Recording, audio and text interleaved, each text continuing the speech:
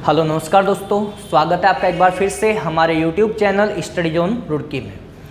दोस्तों, कुछ लोगों की ये रिक्वायरमेंट आ रही है कि हमारी क्लासेस लगातार मिस हो रही है बारिश की वजह से। कुछ दिक्कतें और आ रही हैं जो चलती क्लास में नहीं आ पा रहे हैं। तो हमने डिसीजन लिया है कि कोई भी अगर आपका डाउट होता है क्लास में तो हम उसको क्लास में अगर छोटा डाउट है तो हम वहीं पे उसको क्लियर करेंगे, और कोई बड़ा टॉपिक अगर उससे रिलेटेड है तो उसको हम हर रोज़ शाम को आकर YouTube पे आपको प्रोवाइड कराएंगे। तो इसी क्रम को हम आगे बढ़ाते हैं। दोस्तों, हम पढ़ रहे थे अफ्रीका कॉन्टिनेंट। कॉन्टिनेंटल ज्योग्राफी हमने शुरू किया है GD के बैच में, SSC GD के। और इस अफ्रीका कॉन्टिनेंट में हमने पढ़ा है माउंटेन्स, प्लेट्यूज और डेजर्ट्स। तो आज हम डिस्कस करते हैं अफ्रीका महाद्वीप के पर्वत, पठार और मरुस्थल के बारे में। तो दोस्तों, एक बार तो सबसे पहले हमें ये जानना है कि कौन सा पर्वत, कौन सा पठार, कौन सा मरुस्थल, उसकी लोकेशन क्या है। तो वर्ल्ड मैप आपने देखा होगा, वर्ल्ड मैप के जस्ट बीचों बीच आपको इस प्रकार से कोई एक आकृति नज़र आती होगी जिसको हम कहते हैं अफ्रीका कॉन्टिनेंट।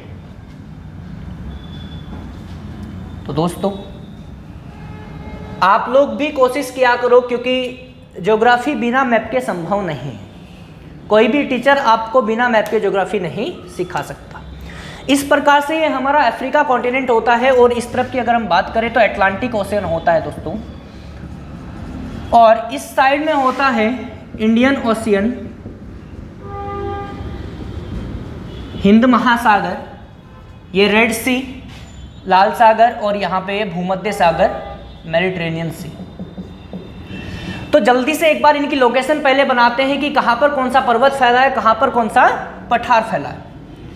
ऊपर की तरफ ये वाला एरिया में मोरक्को, अल्जीरिया और ट्यूनीसिया में, यहाँ पर इस वाली लोकेशन में फैला हुआ है कौन? एटलस पर्वत। एटलस पर्वत। तो साथ साथ लिखते भी जाइएगा दोस्तों, एटलस माउंटेन। ठीक है, ये नाम है हिंदी में, इंग्लिश में कैसे भी आप लिख सकते हैं। उसके बाद में यहाँ पर एक कंट्री पड़ता है केनिया और तंजानिया। तो केनिया और तंजानिया, इन दोनों देशों में फैला हुआ है किलिमंजारो। आपने सुना होगा किलिमंजारो का नाम। Highest mountain series of Africa continent, 5895 metre इसकी ऊंचाई है। अब दोस्तों, सबसे नीचे की तरफ पड़ता है साउथ अफ्रीका में ड्रैकन्सबर्ग पर्वत। ड्रैकन्सबर्ग पर्वत। उसके बाद नाइजीरिया वाला एरिया में पड़ता है कैमरून पर्वत, माउंट कैमरून। ठीक है दोस्तों, तो ये 4 मेजर माउंटेन से इस अफ्रीका कॉन्टिनेंट के। इसी के साथ हम बात करते हैं इसके पठारों की। तो पठार कहाँ से लेके कहाँ तक किस प्रकार से फैले हुए, एक बार इनकी लोकेशन देख लीजिएगा, फिर उनको डिस्कस करते हैं। यहाँ पर अल्जीरिया पड़ता है। इसी अल्जीरिया में स्थित है होमगार प्लेट्यू, होमगार पठार। ठीक है भाई। उसके बाद में इस नाइजीरिया में पड़ता है, यहाँ पर जहाँ पर कैमरून लिखा हुआ, मैं थोड़ा सा इधर लिख दे रहा हूँ। ठीक है, यहाँ पर पड़ता है दोस्तों जोस प्लेट्यू, जोस का पठार। और इथोपिया में स्थित है अबिसीनिया प्लेट्यू, अबिसीनिया का पठार, अबिसीनिया का पठार। उसके बाद मरुस्थल की बात कर लेते हैं। ये वाला जो डेजर्ट है, सहारा, नाम तो सुना होगा, लार्जेस्ट डेजर्ट ऑफ वर्ल्ड, विश्व का सबसे बड़ा मरुस्थल। डिस्कस करेंगे अभी इसको।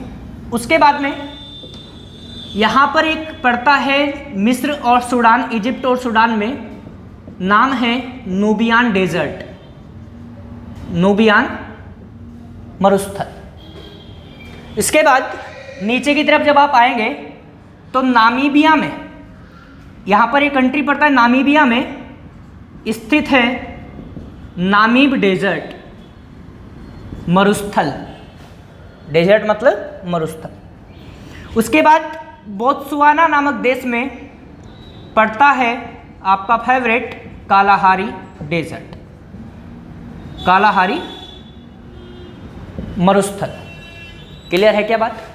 तो भाई अब ये इस प्रकार से सारी चीज़ें आपके सामने रखी हुई है।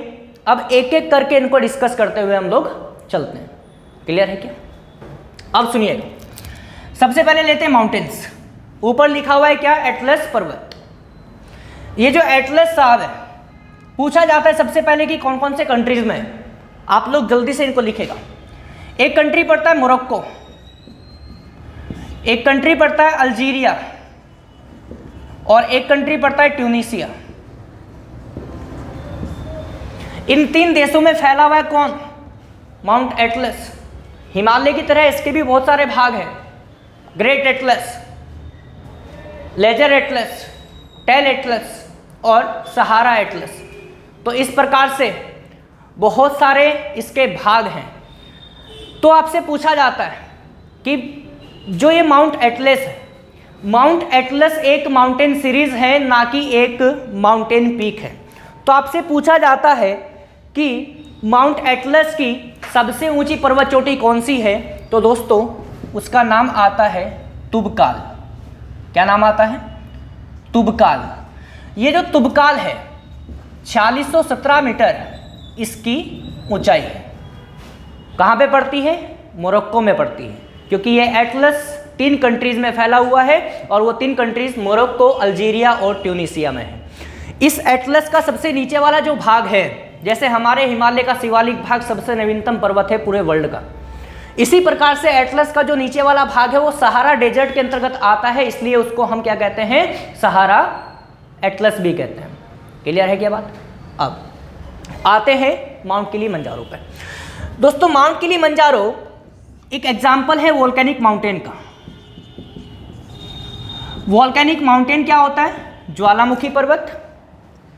अब जो ये ज्वालामुखी पर्वत है ना भाई, पृथ्वी के अंदर से मैग्मा रिलीज होकर बाहर आता है और लावा में कन्वर्ट हो जाता है, और सरफेस के ऊपर ये लगातार इस फॉर्म में जमता है, ठंडा होकर ठोस अवस्था में बदलता है और माउंटेन बना देता है। पूरा का पूरा प्रोसेस इसका बताएंगे फिजिकल ज्योग्राफी जब हम पढ़ेंगे कि कैसे कैसे हमारे पर्वत और पठार अलग अलग तरीके से बनते हैं। अब यहाँ पर ये जो mount Kilimanjaro Kenya, Tanzania, Uganda में फैला हुआ है, ऐसा माना जाता है कि अब से अरबों वर्ष पहले, लगभग 3 अरब वर्ष पुरानी बात है कि यहाँ पर 3 ज्वालामुखी उद्गार हुए, जिसमें से एक का नाम है कीबो, एक का नाम है सीबा और एक का नाम है मेवेंजी।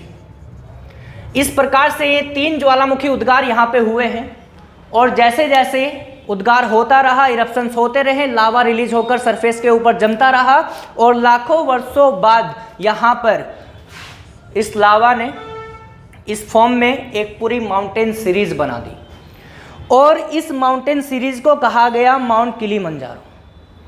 आपसे पूछा जाता है कि अफ्रीका महाद्वीप की सबसे ऊंची चोटी कौन सी है? तो माउंट किलिमंजारो एक माउंटेन रेंज है, ना कि एक पर्वत चोटी है। इसकी सबसे ऊंची चोटी उहुरु, ध्यान से सुनना, ये 5895 मीटर जो ऊंचाई है, ये माउंट किलिमंजारो की नहीं है। ये किसकी है भाई? ये है उहुरु की, जो मान ली जाती है पूरे किलिमंजारो की।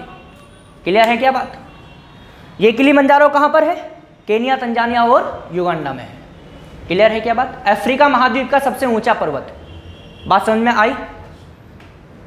हाँ, एक डाउट आपका यहाँ पे हो रहा होगा कि यार हमने तो वोल्केनो पढ़े हैं 3 टाइप के, एक्टिव, डोरमेंट एंड साइलेंट या डेड। तो ये वाला जो किलिमंजारो है, इसके नीचे जो ज्वालामुखी छिपे हुए थे, जहाँ से लावा रिलीज होकर माउंटेन पूरा बना है, क्या अभी भी इन ज्वालामुखी से लावा रिलीज होता है? तो भाई साहब वर्तमान में नहीं होता। हाँ, कभी कभी यहाँ से गैसेज रिलीज होती हैं, कभी कभी लावा इरप्शन नहीं होता। ड्रेकन्सबर्ग पर्वत, खाली इतना ही पूछेगा कि कहाँ पर है, तो भाई साहब नोट करना, साउथ अफ्रीका में, साउथ अफ्रीका। आपसे पूछा जाता है कि क्या अफ्रीका महाद्वीप में कोई सबसे सक्रिय ज्वालामुखी है? क्या मोस्ट एक्टिव वोल्केनो भी इस अफ्रीका में कोई है, जो सबसे ज़्यादा लावा उद्गार जहाँ से होता हो इस अफ्रीकन रीजन में? तो भाई साहब आपको बताना है वो है कैमरून। और ये कैमरून भाई साहब कहाँ है? नाइजीरिया में है। Cameroon is the most active volcano of Africa continent, यह आपको याद रखना है। तो ये 4 पर्वतों के बारे में आपको भी बताया। जल्दी से अब हम बात करने वाले हैं पठारों के बारे में। प्लेट्यूज ज़्यादा इंपॉर्टेंट यहाँ के नहीं है, क्योंकि हर कोई पामीर प्लेट्यू नहीं होता, जिसकी अपनी बहुत सारी क्वालिटीज़ हैं। तो होमगार का जो पठार आपको यहाँ पर दिख रहा है, सबसे बड़ी बात आपसे यही पूछेगा कि ये कहाँ पर है। तो भाई साहब एक नाम आप यहाँ पे लिख लेना, अल्जीरिया में। उसके बाद जोस पठार के बारे में आपसे वो पूछता है कि जोस का पठार कहाँ है? तो भाई साहब नाइजीरिया में। क्लियर है क्या बात? उसके बाद फिर आपसे पूछता है कि अबिसीनिया का पठार कहाँ है? तो ये चीजें आपको मैं पहले भी बता चुका हूं। जो अबिसीनिया का पठार है, ये अबिसीनिया एक नाम है, और ये नाम इथोपिया का पुराना नाम है, ओल्ड नेम ऑफ इथोपिया है। तो दोस्तों ये जो इथोपिया वाला एरिया है, यहाँ पर पड़ता है अबिसीनिया का पठार। तो आप लोग यहाँ पे लिख लेना भाई साहब। स्पेलिंग कभी भी मिस्टेक हो सकती है मेरे से, ना तो मेरी हिंदी बढ़िया ना इंग्लिश बढ़िया, ठीक है? तो बस काम चलाऊ है, आपको नॉलेज से मतलब है, आपका एग्जाम क्रैक करने से मतलब है, ठीक है? आपको वहाँ पे ऐसे नहीं लिखना है। क्लियर है क्या बात? तो अब सुनिएगा, ये जो इथोपिया है, कहा जाता है कि वर्ल्ड में सबसे ज़्यादा शिशु मृत्यु दर, अर्थात बच्चा जन्म लेते ही मर जाता है कुपोषण के कारण। जब किसी गर्भवती महिला को प्रेगनेंसी के दौरान अच्छा खाना, पोषक खाना नहीं मिलेगा, तो क्या वो महिला उस बच्चे का पालन पोषण सही तरीके से कर पाएगी अपने अंदर? नहीं। और जैसे ही वो बच्चा जन्म लेता है तो 2-4 दिन जीकर वो मर जाता है। कभी कभी ऐसा होता है कि गर्भ में ही बच्चा मर जाता है। तो इस प्रकार से जो ये यहाँ पर हो रहा है, जो नहीं होना चाहिए था, ये वर्ल्ड में सबसे ज़्यादा। क्लियर है क्या? ऐसे ही भारत में एक राज्य है मध्य प्रदेश।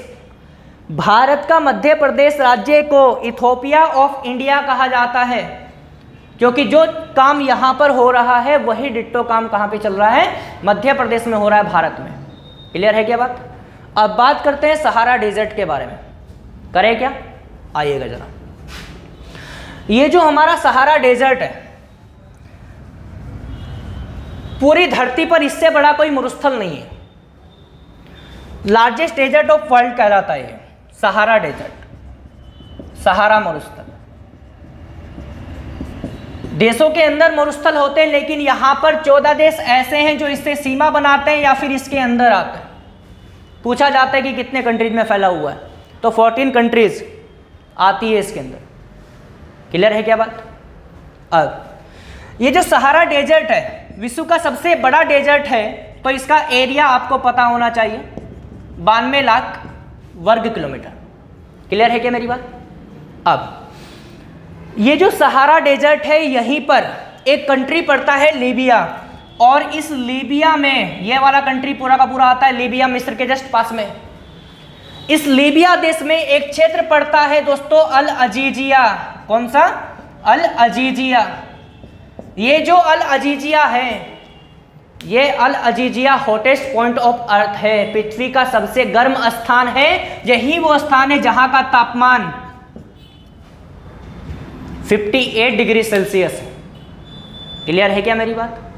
तो अगर ये अल अजीजिया इस सहारा डेजर्ट के रीजन में आएगा, इस जोन में आएगा, तो क्या ये सहारा डेजर्ट विश्व का हॉटेस्ट डेजर्ट भी बन जाएगा? बिल्कुल बन जाएगा। अगर ये एग्जाम में क्वेश्चन आ जाए तो आप लोग छोड़ना मत। दूसरी बात, अल अजीजिया आपने नोट कर लिया होगा, वीडियो को थोड़ा सा पीछे खिसका लीजिए और दोबारा इसको लिख लेंगे। अब क्या है, आपसे पूछा जाता है कि सहारा डेजर्ट में पानी का मुख्य स्रोत कौन सा है? तो भाई साहब वाटर रिसोर्सेज की अगर हम बात करें तो एकमात्र और सबसे जो मेजर है वो है क्या, ये चार झील। ये चार झील कहाँ पर है, ये चार झील पड़ती है चाड नामक देश में, और वो चार देश भी किसके अंतर्गत आता है, इस सहारा डेजर्ट के अंतर्गत आता है। क्लियर है क्या। अब एक लास्ट बात यहां से सुनिएगा सहारा डेजर्ट के बारे में। ये जो रीजन है, इस पूरे रीजन में एक जनजाति यहाँ पे निवास करती है। हालांकि दो जनजातियां यहाँ पे मिलती है, लेकिन सबसे ज्यादा जनसंख्या मोस्ट पॉपुलेटेड कौन सी है, तो बद्दू है। तो यहाँ पे जो बद्दू जनजाति है, बद्दू जनजाति के बारे में पूछा जाता है कि इसका मेन ऑक्यूपेशन क्या है, मुख्य व्यवसाय क्या है। ये क्वेश्चन बहुत बार एग्जाम में पूछा गया है। तो बद्दू जो है, बद्दू का जो मेन ऑक्यूपेशन है दोस्तों वो है कैमल फार्मिंग। ऊंट पालन करते हैं ये लोग। क्या करते हैं, ऊंट पालन करते हैं। क्लियर है क्या मेरी बात। यहां पर एक जनजाति और है तेतंग नाम की, लेकिन इस जनजाति की सबसे अधिक जनसंख्या इस सहारा डेजर्ट के पश्चिमी भाग वाले देश में, वेस्टर्न सहारा में है, पश्चिमी सहारा में है। ये वही देश है जिसके ऊपर मोरक्को बताता है कि ये मेरा हिस्सा है। गाजा पट्टी बना दिया इसको, गोलन पहाड़ियां बना दिया, कश्मीर बना दिया। पूरे के पूरे देश को ही कहता है मोरक्को कि हाँ ये मेरा है भाई। तो खैर वो मुद्दा कभी और डिस्कस करेंगे। तो इसी वेस्टर्न सहारा में, पश्चिमी सहारा में तेतंग नाम की जनजाति रहती है, और माना जाता है कि इसका जो मूल रेजिडेंस है, मूल निवास है, वो सऊदी अरब है। तो कंफ्यूज मत होना, अगर एग्जाम में कभी ये क्वेश्चन आ जाए कि तेतंग जनजाति कहाँ की जनजाति है, अगर ऑप्शन में आपको वेस्टर्न सहारा नहीं मिला तो भाई साहब सऊदी अरब मिलेगा, तो घबराना मत, क्योंकि आज भी ये जनजाति दोनों जगह मिलती है, वेस्टर्न सहारा में भी, सऊदी अरब में भी। क्लियर है क्या मेरी बात। आगे बढ़ते हैं। तो अब आते हैं यहां से नूबियन पे। सिर्फ एक ही बात कि कहां पर स्थित है। तो एक कंट्री पड़ता है इजिप्ट और एक पड़ता है सूडान, जिसका विखंडन हो चुका था। साउथ सूडान बना था कब, 2011 में। पूरी कहानी आपको पता है। अब दोस्तों 5 मिनट की बात खाली मैं भी करने वाला हूं। ये कालाहारी डेजर्ट, कालाहारी डेजर्ट कहां पर स्थित है, कालाहारी डेजर्ट स्थित है बोत्सवाना नामक देश में। ये बोत्सवाना, नामीबिया, जिम्बाब्वे और साउथ अफ्रीका, इन सब देशों के बीच में कहीं पर छोटा सा देश है। आप लोग देख लेना वर्ल्ड मैप पे। ये कालाहारी डेजर्ट की एक सबसे बड़ी जो पहचान है वो क्या है कि विश्व का सबसे बड़ा अंडा देने वाला पक्षी कौन, ऑस्ट्रिच, कहाँ पाया जाता है, इसी कालाहारी डेजर्ट में पाया जाता है। और इसी के साथ साथ यहां पर एक जनजाति पाई जाती है जिसको हम कहते हैं बुशमैन जनजाति, ट्राइब। ये बुशमैन जनजाति कहां पर निवास करती है, कालाहारी डेजर्ट में। लेकिन आपसे क्वेश्चन को थोड़ा घुमा के पूछा जाता है, वो पूछेगा कि बुशमैन जनजाति के घरों को हम क्या कहते हैं। भाई अब अपने घरों को घर कहते हैं, लेकिन दूसरी भाषा में कुछ और कहा जा सकता है, कहते हैं लोग। समझ रहे बात को।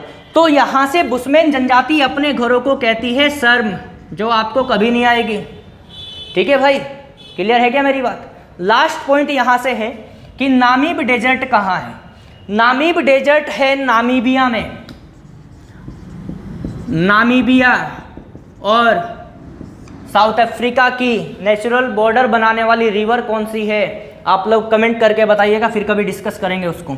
तो नामीबिया नामक देश में कौन है, नामीब डेजर्ट है, और यहीं पर पाई जाती है हॉटेंटोस जनजाति। और ये नामीबिया इस अफ्रीका कॉन्टिनेंट का एक ऐसा देश है जहां से ट्रॉपिक ऑफ कैप्रिकॉर्न मकर रेखा होकर जाती है। क्लियर है क्या दोस्तों। तो जिस प्रकार से आज हमने ये सब चीजें कवर किया है, आपको बेहतर समझ में भी आया होगा। तो अब से जब भी कभी आपको कोई डाउट हो तो आप क्लास में भी पूछें, और अगर क्लास में मौका ना मिले तो आप लोग हमें बता के जरूर जाएं। इसी प्रकार से हम ये चीज़ें आपके सामने लेकर आया करेंगे डेली। नमस्कार, जय हिंद।